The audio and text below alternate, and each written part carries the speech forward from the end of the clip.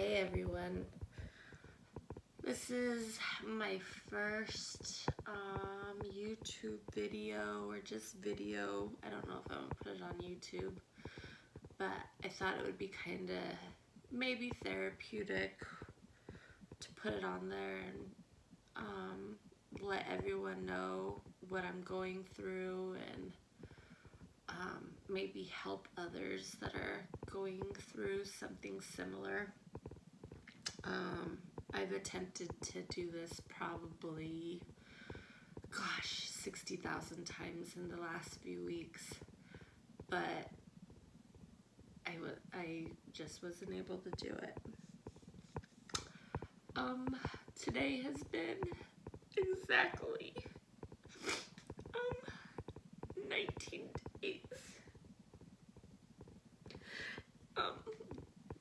since I have given birth to Alahni. And each day is hard.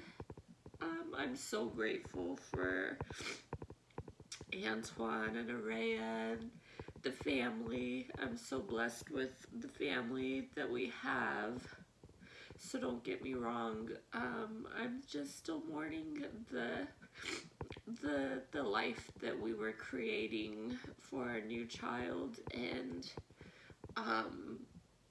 the life we envisioned for her to have and for our family to have, and for it all to be just taken away in a matter of minutes.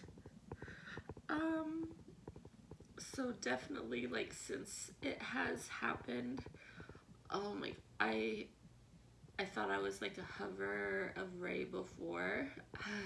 Now I am like big time, because now my biggest fear is losing her or anybody else that I care about, especially with COVID going on and her with her asthma and allergies as bad as they are. So when she gets a cold, it's not like a little cold, she like really gets it. So like now my biggest fear is losing her or anybody else. So I'm definitely like become more of a hover mom, but at the same time I have I've been like embracing her. She's been helping me and Antoine so much because we are so lucky to have her. We've always been told like she's our miracle baby. Like they didn't even know she was gonna make it through birth, and she did. So she's definitely here for a reason. What happened with Alahni? I have no clue. It was literally 6 weeks before her due date. We were supposed to have her. It was going to be around anywhere between the 5th and the 7th of September, so 6 weeks before her due date. Monday the 26th, I had gotten a call from the doctors telling me that I had gestational diabetes, but my numbers were just slightly over, so they were just gonna monitor it with like checking my blood and like doing just kind of changing the way that I eat some and like lessening carbs and whatever, so that was fine. And then on the 27th, I woke up. That day was just completely off. It was like a completely off day. As many of you guys know, I have cluster headaches, and I woke up it was like 4:30, 5 o'clock in the morning, because I had one of those bad headaches. And one of the ways that I have to treat it is get on oxygen, so that's what I did. And I know Alahni was fine because I could feel her kicking. And I was all like, oh my gosh, this baby's gonna be such an early person just because of my headache schedule and whatever. But anyways, so I got on oxygen, stayed on there for like a half hour, and after I felt better, I went back to bed. When I woke up, it was probably like about 7:30 or so, and I didn't have one of my cluster headaches. I just had like a regular headache, and I just attributed it to just being newly diagnosed with the gestational diabetes. I thought maybe it had something to do with it, or I thought that it was just like lack of sleep because I was having like hour and a half, 2 hour intervals for like the past few weeks since Father's Day. That's why I slept like an hour and a half, 2 hour intervals, because they always came up. So, I ended up like laying on the couch and everything else, and I was kind of like irritable and stuff, and I'm totally usually not irritable or whatever. And like around 3:30, 4 o'clock, I ended up texting Antoine and was like, I don't know what it is. I'm just having an off day. I'm irritable. And just kind of went on, and I was all like, I don't know what we're going to do for dinner. And, he texted me back and was just like, just relax, lay down, and he'll figure out dinner, or he'll pick it up on his way home from work. And I was like, cool. By the afternoon, since I had a headache, I hadn't felt Alahni move a lot, or since that morning, or I don't know if it was a lot, just because I had such a bad headache. I don't know if I was focusing on the headache and not like a lot of her movements. But later on,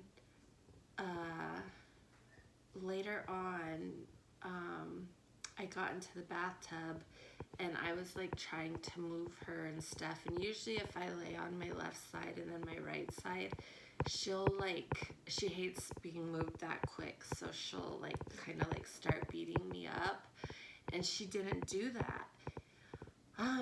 So after I got out of the bath,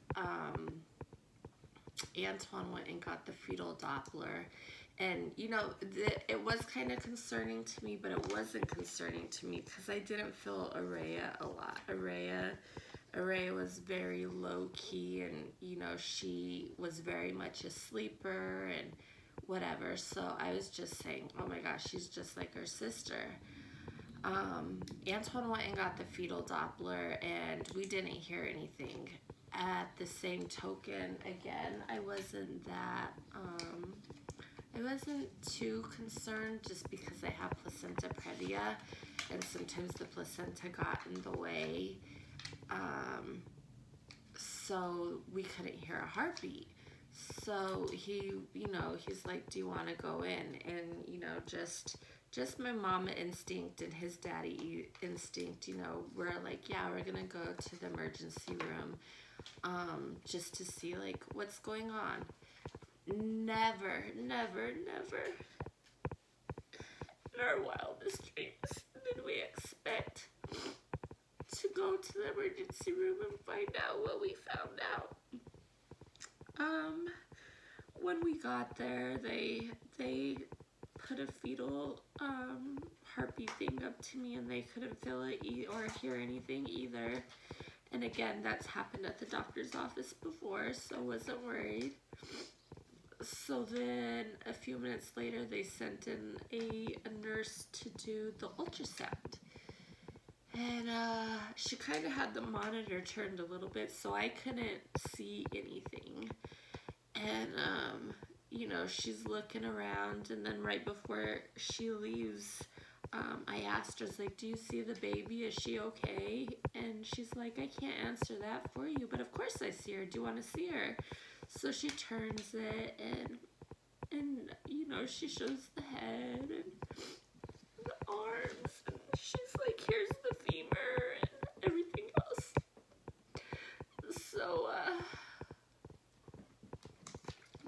So then I after I saw that and she left the room, I told Antoine, I was like, something's not right. I was like, she's not moving.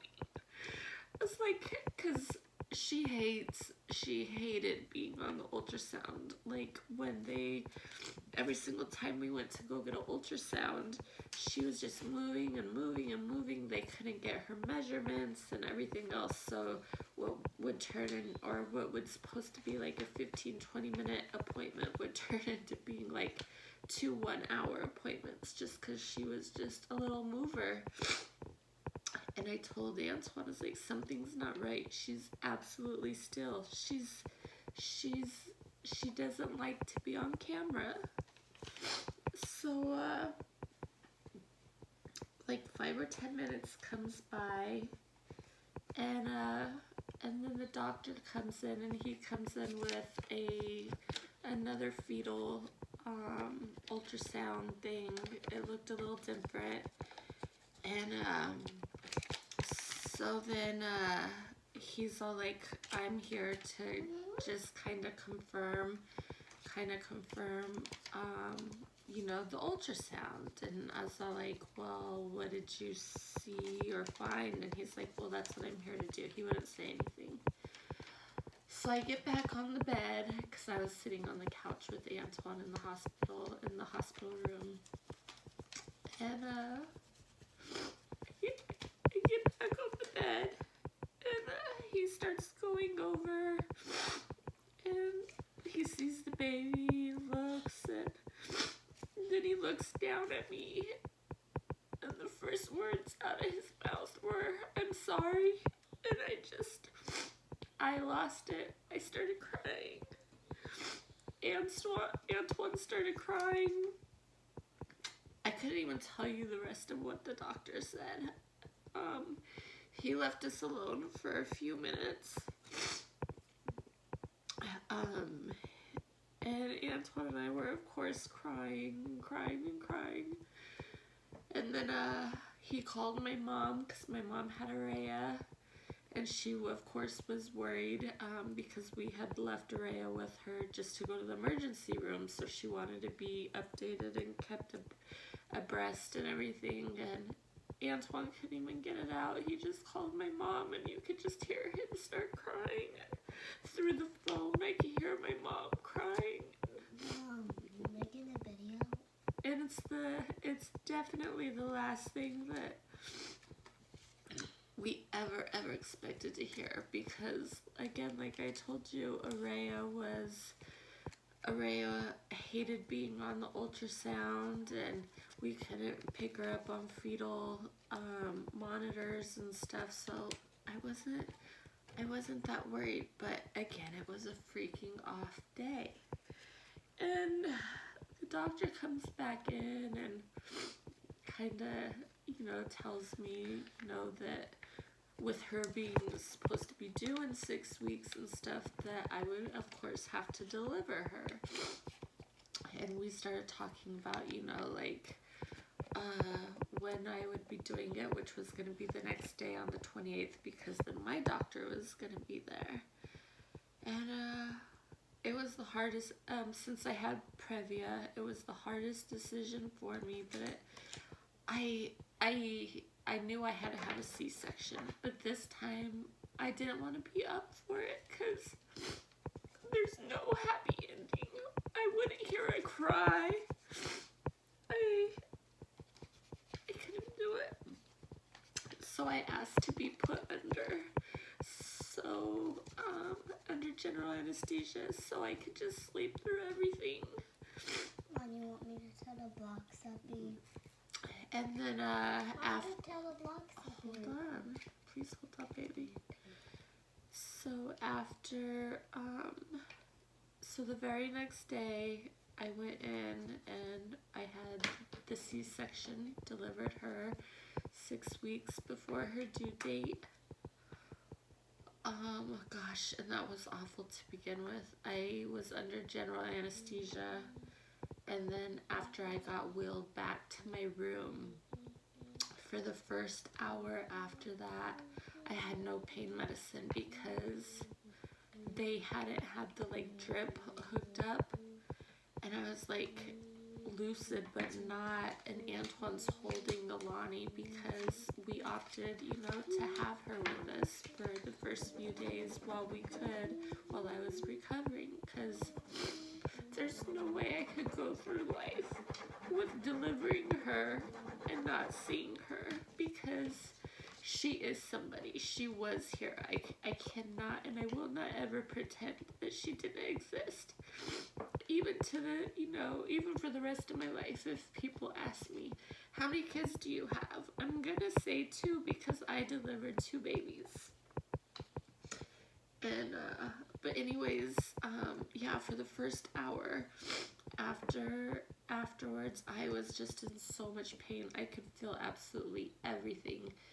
And my nurse, she was trying to get the people to bring the medication, and they were trying to track down the pump and whatever. And I'm screaming out to Antoine. I was like, babe, why are they doing this to me? Why are they punishing me? Haven't I been through enough? And I was just in so much pain, just physically and emotionally. And it was horrible, so horrible. But after I finally got my medication, I started feeling a little bit better, and then I was able to see Alahni and hold her for the very first time, and it's a feeling I'll never, ever, ever forget. She looked absolutely perfect, absolutely normal. We had all the genetic testings done and everything. They have absolutely no clue what happened. Nothing was wrong with my placenta. Nothing was wrong with her. I didn't have an infection. She was normal. She was absolutely beautiful. And I just kept looking down at her and just thinking she was going to take her first breath, that she was going to breathe. And she never breathed. I wish I could breathe my life into her and give her life, but that wasn't even an option, of course. I would give my life for either one of my kids.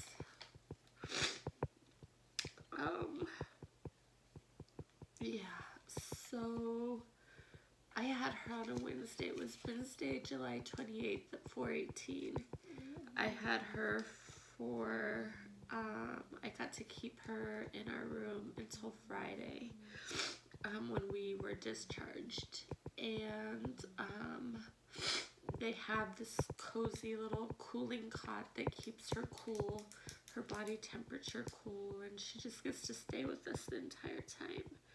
And it was such a blessing to be able to have her with us for that short period of time, to be with us, but it was not the same. I would do anything for her to have been alive. I don't know what happened. Gosh, I don't even really. What do you want to tell them, baby? Baby sister in the moon. Your baby sister's in the moon. Yeah, my sister, she got Araya this book about losing a sister, and it's called The Moon is Always Round. So Ray now attributes to Alahni to being in the moon. So she's all like, heaven doesn't have a phone, but if I go outside and I talk to the moon, I could always talk to my sister. So we're definitely always going to carry that on with her, because even with her being 4, almost 5, I never want her to forget she had a sister, or know that she has a sibling, or that she's a big sister. She's always going to be a part of us. So now, she is part of the family, huh? We're still in the family. Yeah, her still in the family. So now I just have to kind of figure out how to navigate life from here.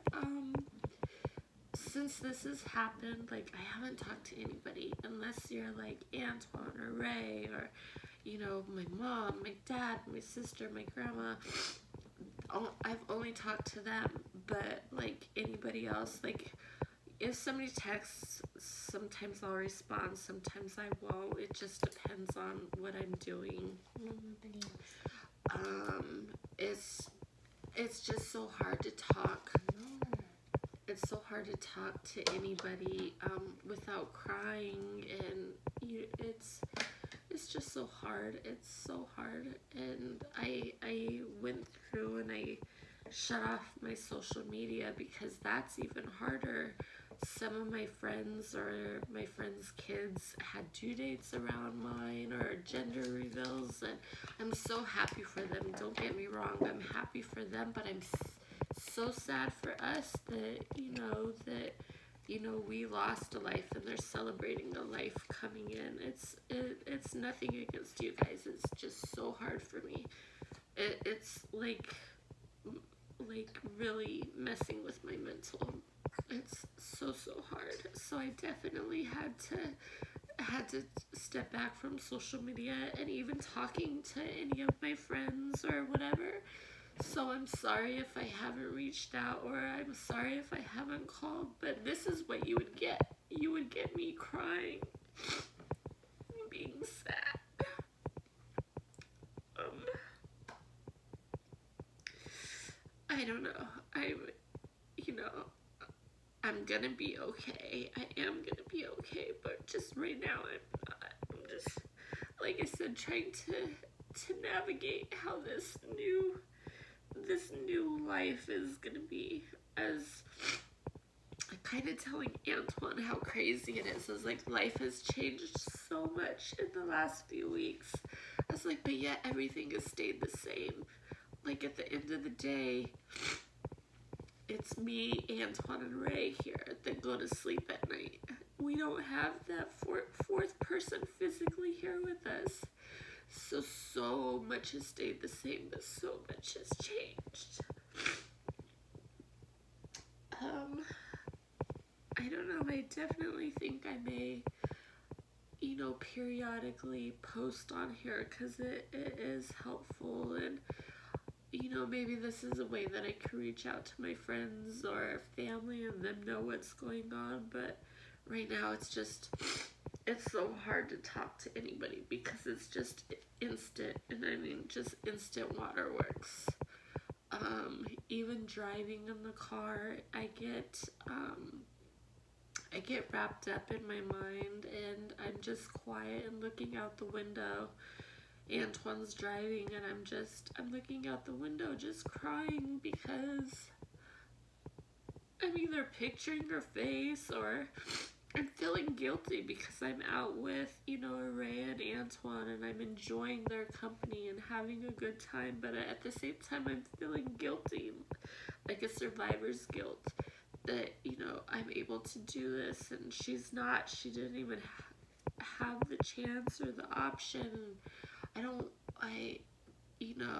don't want Ray to feel sad. I want to give her my full attention, but at the same time I'm still grieving, and I don't want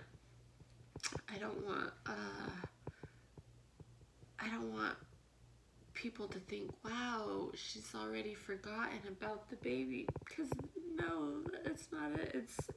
It's such a daily struggle. It's so hard. It's so hard. We got this case that goes in the middle of our living room, or in the corner of our living room, and it has her urn in it and just everything that the hospital provided to us. It's gonna be like I said, she's part of our family, so she's gonna be remembered in that way. Yeah, sorry, my thoughts are all over the place because Ray just came in saying she wanted chocolate milk, so my mind's all over the place. But yeah, I definitely hope to keep this up because it is helpful, I think, to talk about it, because I just don't want to be in my thoughts and in my mind and go down this hole. I need to come up from it, but I don't know when, I don't know how, but we're gonna get through it. We will.